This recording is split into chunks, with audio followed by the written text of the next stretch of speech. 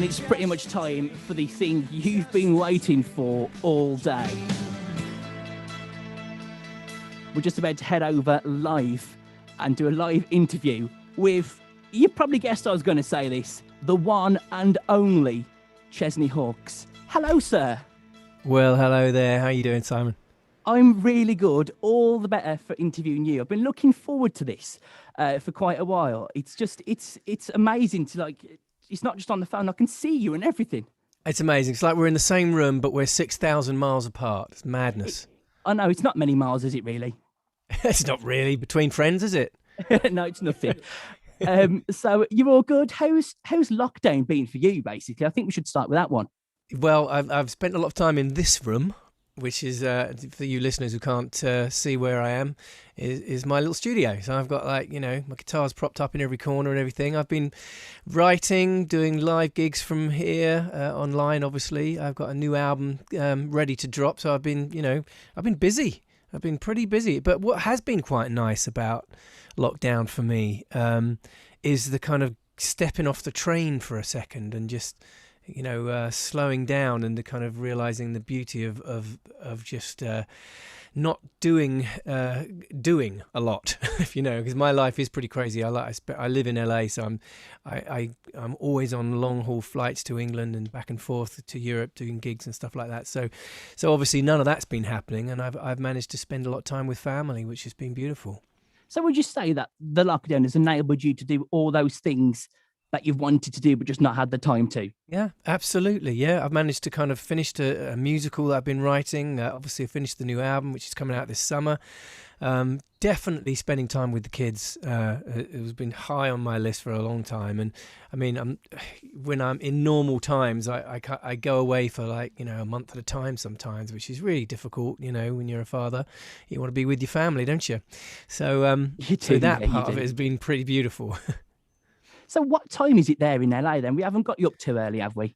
No, I've been up for hours. It's 10 a.m. now, and I was up at 5 this morning for some reason. I don't know why. It's I guess when it's beautiful weather like it is here, and you hear the birds chirping, and you just open the doors and it's just gorgeous sunshine. You're just like, right, let's face the day, I wish I could say the same thing. It's absolutely hammering it down the rain here in the UK. That was my next question. How is the Black Country at the moment?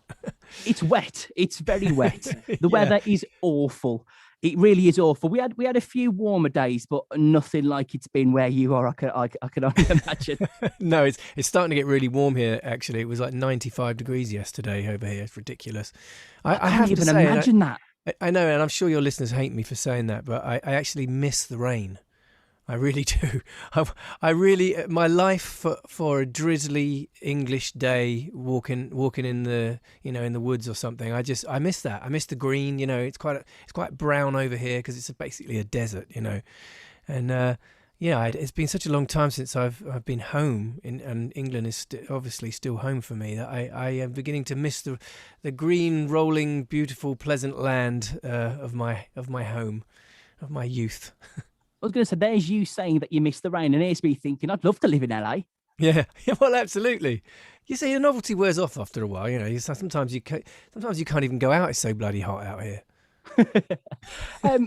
So let's talk a bit about your career then, and a bit about what got you into the industry. Who would you say were your musical inspirations? Well, I grew up in a very rock and roll household. My dad was the singer and bass player and writer with the 60s band The Tremolos. So there were, as is in my house now, guitars propped up in every corner, and all my dad's mates were 60s superstars. So, my first gig was the Tremolos. I mean, watching from the wings, watching my old man getting knickers thrown at him. I would say that was probably my biggest influence from an early age, obviously seeing the old man do what he does. But my favourite artists are the Beatles, Prince, Elvis Costello, Stevie Wonder, David Bowie, and then, Radiohead and right up to people like Ed Sheeran, who I, admire greatly.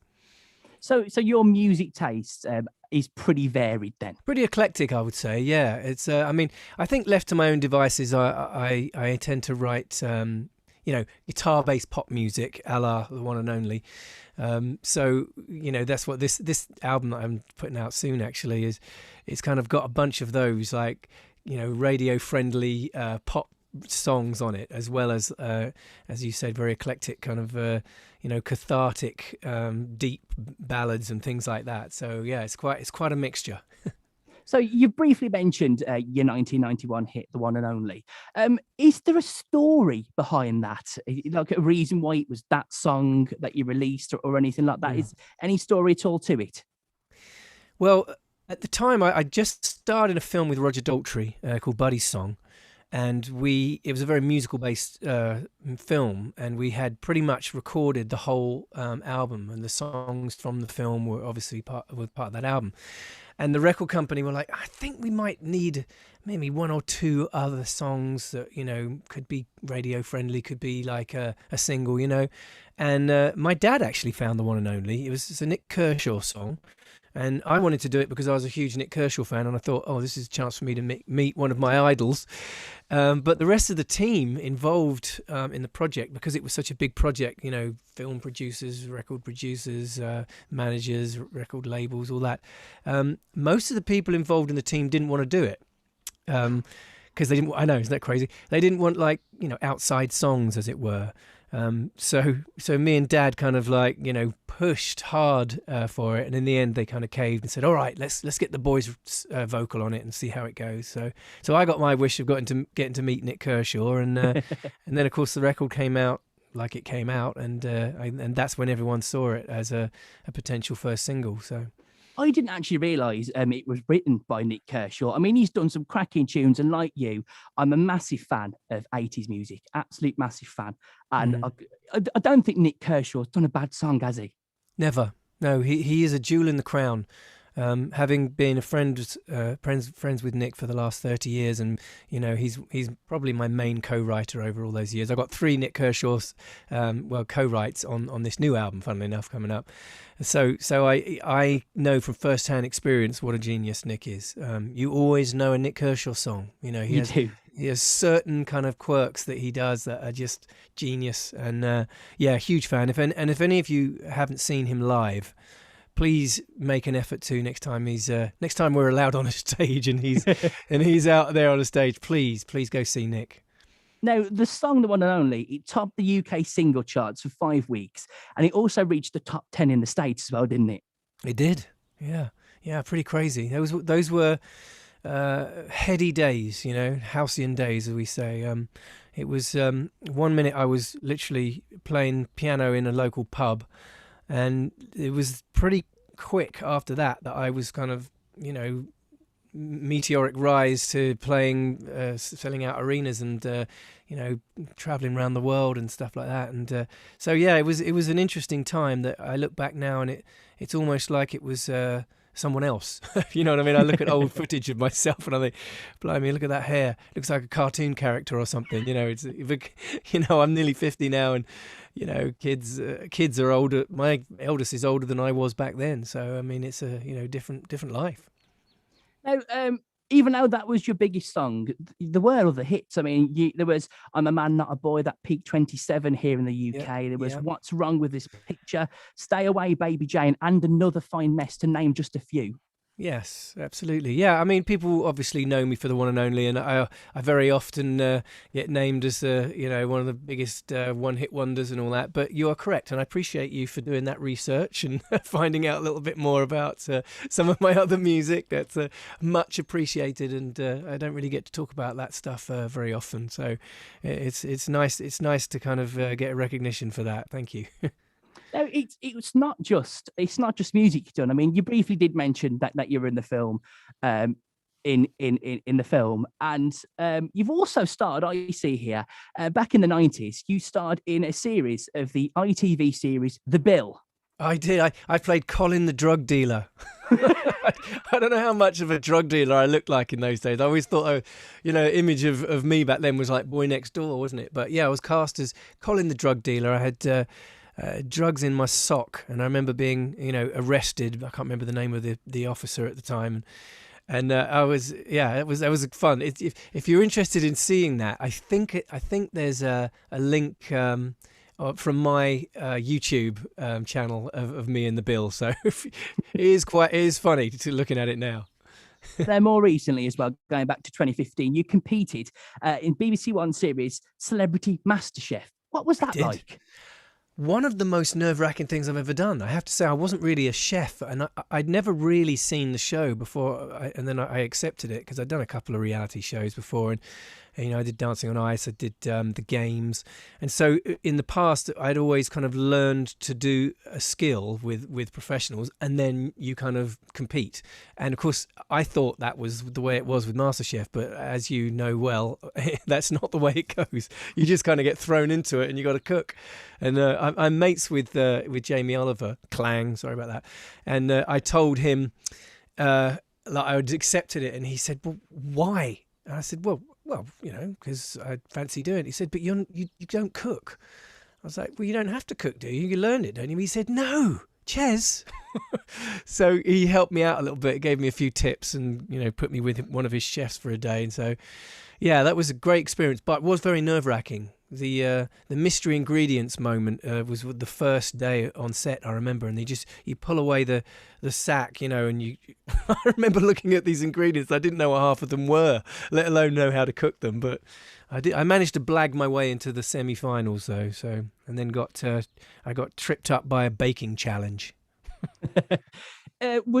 Are you the chef in your household then after that appearance, or not really? Well, I was for a little bit. I got quite into it, I have to say. But the trouble is, I learned very kind of high-end cooking, like stuff that you would find in five-star restaurants and things like that.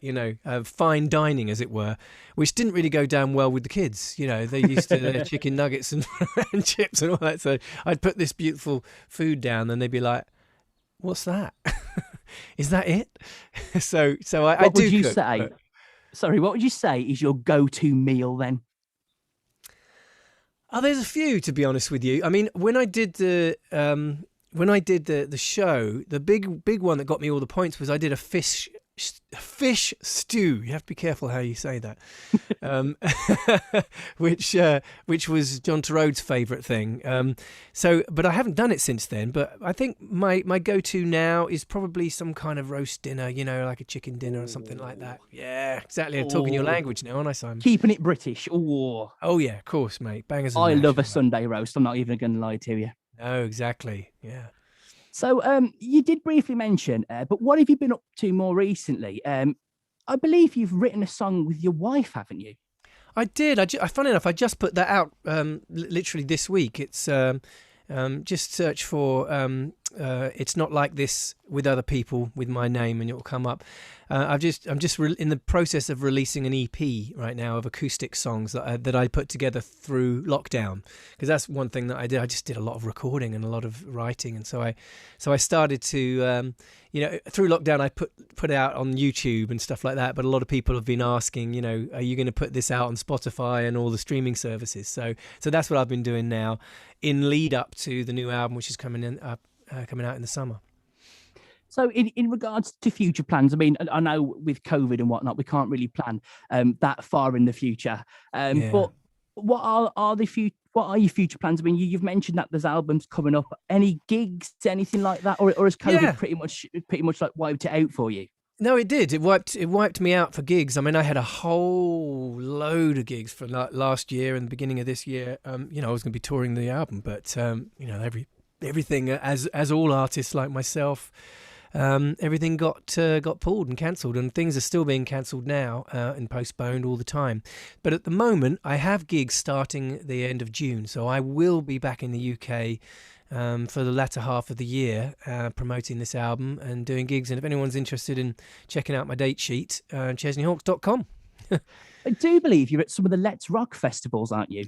I am. I think they're going ahead, I mean, it's pretty amazing. And of course, all of us artists are on tender hooks to get that call to, it's been cancelled, sorry, or COVID restrictions have come back or whatever. But at the moment, all these festivals seem to be going ahead, which is very exciting. It's going to be emotional, to be honest, being on a stage. Hopefully I'll remember how to do it, Simon. Well, I suppose as it's our 90s bank holiday, we're playing nothing but 90s music.